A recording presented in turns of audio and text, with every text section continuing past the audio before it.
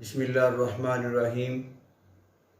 आज मैं आपसे आयोडीन के मरीज़ के हवाले से गुफ्तगू करूँगा।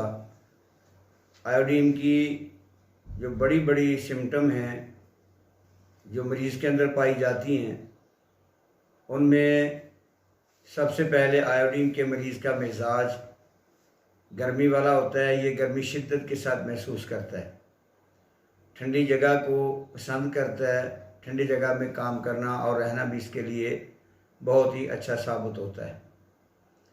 नंबर 2, आयोडीन के मरीज़ को भूख बहुत ज़्यादा लगती है, लेकिन अचंभे की बात यह है कि जितना ज़्यादा ये मरीज़ खाता है उतनी ज़्यादा इसकी सेहत अच्छी नहीं होती। जिस्म नशो व नमा पाने की बजाय दिन ब दिन इसका कमज़ोर होता चला जाता है। खुराक खाने के बावजूद सेहत कमज़ोर रहती है और इसके साथ साथ आयोडीन का मरीज़ जो है वो बड़ा बेचैन रहता है। बेचैनी की कैफियत इसकी असाबी तौर पर होती है, इसलिए कि जब ये ज़्यादा खुराक आता है तो खुराक बजाय इसके जिस्म का हिस्सा बनने के, वो खुराक इसके असाब में जो होती है वो चर्बी के अंदर तब्दील नहीं होती, जिस वजह से इसका जिस्म तो कमज़ोर रहता है लेकिन मुसलसल हरकत में रहता है, काम करना चाहता है, बेचैन रहता है। बेचैनी के हवाले से आर्सेनिकम का मैंने पहले तज़किरा किया हुआ है। आर्सेनिकम की बेचैनी दिमागी तौर पर होती है, मेंटली तौर पर होती है। रिस्टाक्स की बेचैनी जो है वो इंसान की जिस्मानी तौर पे अज़ा के तौर पर होती है। यहाँ आयोडीन की जो बेचैनी है ये असाब की वजह से है, क्योंकि असाब में ताकत ज़्यादा आती है और वो ताकत जो है जिस्म को बढ़ाने की बजाय मरीज़ बेचैन और मुसलसल मुतहर्रिक रहता है, काम काज के अंदर लगा रहता है। और इसका मिजाज ठंडा है, मिजाज गर्म है। इसके मुकाबले में दो बड़ी मेडिसिन जो सूखेपन के अंदर इस्तेमाल होती हैं, अब्राटेनम और नेट्रम म्योर, ये दोनों मेडिसिन जो हैं इनका मिजाज ठंडा होता है। ये ठंडे मिजाज के मरीज़ होते हैं। जहाँ तक ताल्लुक़ है आयोडीन के मरीज़ का, तो ये जितना ज़्यादा खाता है उतना ज़्यादा कमज़ोर होता है और भूख भी ये बर्दाश्त नहीं कर सकता। मेंटली तौर पर जो इसकी पोजीशन होती है, जो इसके सिम्टम होते हैं, ये हमा वक्त चलना फिरना चाहता है, काम काज के अंदर मसरूफ़ रहना चाहता है। अगर आप आयोडीन के मरीज़ को बिठाना चाहेंगे तो जब आप उसको ज़बरदस्ती बिठाएंगे तो उसके अंदर गुस्से की कैफियत पैदा होगी, वो मुतशद्दिद रवैया इख्तियार करेगा। बाकी मुतशद्दिद जो इसकी कैफियत है, ये अगर बचपने के अंदर इसके मरीज़ को आयोडीन के साथ इलाज किया जाए तो ये बेहतर हो जाएगा, और अगर ऐसे बच्चे को आयोडीन के साथ ट्रीटमेंट ना किया जाए तो ये बच्चा बड़ा होकर बहुत बड़ा कातिल और मुजरम की कैफियत इख्तियार करेगा, बिला वजह लोगों को मारेगा, कत्लो गारत के अंदर ये जाएगा, मुतशद्दिद रवैया इख्तियार करेगा। जहाँ तक तशद्दुद का ताल्लुक़ है तो हैपरसल्फ के अंदर भी ये कैफियत पाई जाती है, लेकिन हैपरसल्फ का जो मरीज़ है जब वो किसी अपने आदमी से काम करेगा, मिसाल के तौर पर अगर वो हजाम है तो जब वो हजामत करते हुए अपने गाह के साथ रवैया इख्तियार करेगा तो उसका जी चाहेगा कि मैं अपने उस्ते के साथ इसके गले को काट दूँ। मुतशद्दिद कैफियत नक्स व मीका के अंदर भी पाई जाती है कि माँ अपने बच्चे को बड़ी मोहब्बत करती है, दूध पिलाने के बावजूद भी कभी कभार उसके दिमाग में ये बात आती है कि मैं अपने बच्चे को आग के अंदर फेंक दूँ। ये सारी कैफियत आयोडीन के अंदर है।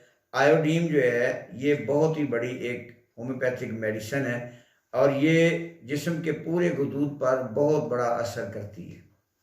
जिस्म के तमाम तर गुदूद बढ़ते चले जाते हैं। बगलों के गुदूद हैं, गिल्टी है, रसौली है, ये थायराइड का मसला है, ये भी इसके अंदर बहुत ज़्यादा बढ़ने शुरू हो जाते हैं।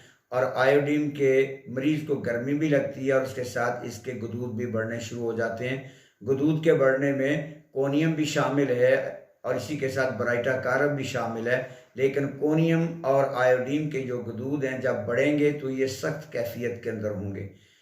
ब्राइटा कारब के गुदूद बढ़ते हैं लेकिन उनकी नरमी ज़ाहिर होती है, ज़्यादा वो सख्त नहीं होते।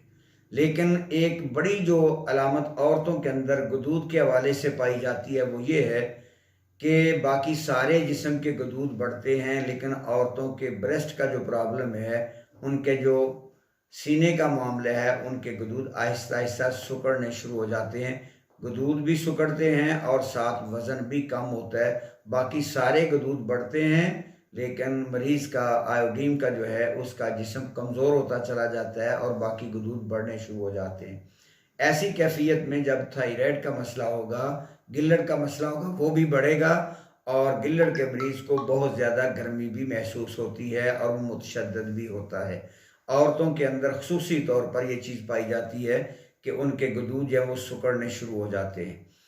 जहाँ तक ताल्लुक़ है गदूद का, तो गदूद के लिए आप कोनियम को भी इस्तेमाल कर सकते हैं। अगर वो सख्त हैं तो इसके साथ कैलकेरिया फ्लोर है या सिलेशिया है, वो अपने सिम्टम के मुताबिक आप अपने मरीज़ को इस्तेमाल करेंगे। आयोडीन का मरीज़ ज़हनी तौर पर शरारती होता है, बड़ा तेज़ तर्रार होता है, भूख को बर्दाश्त नहीं कर पाता।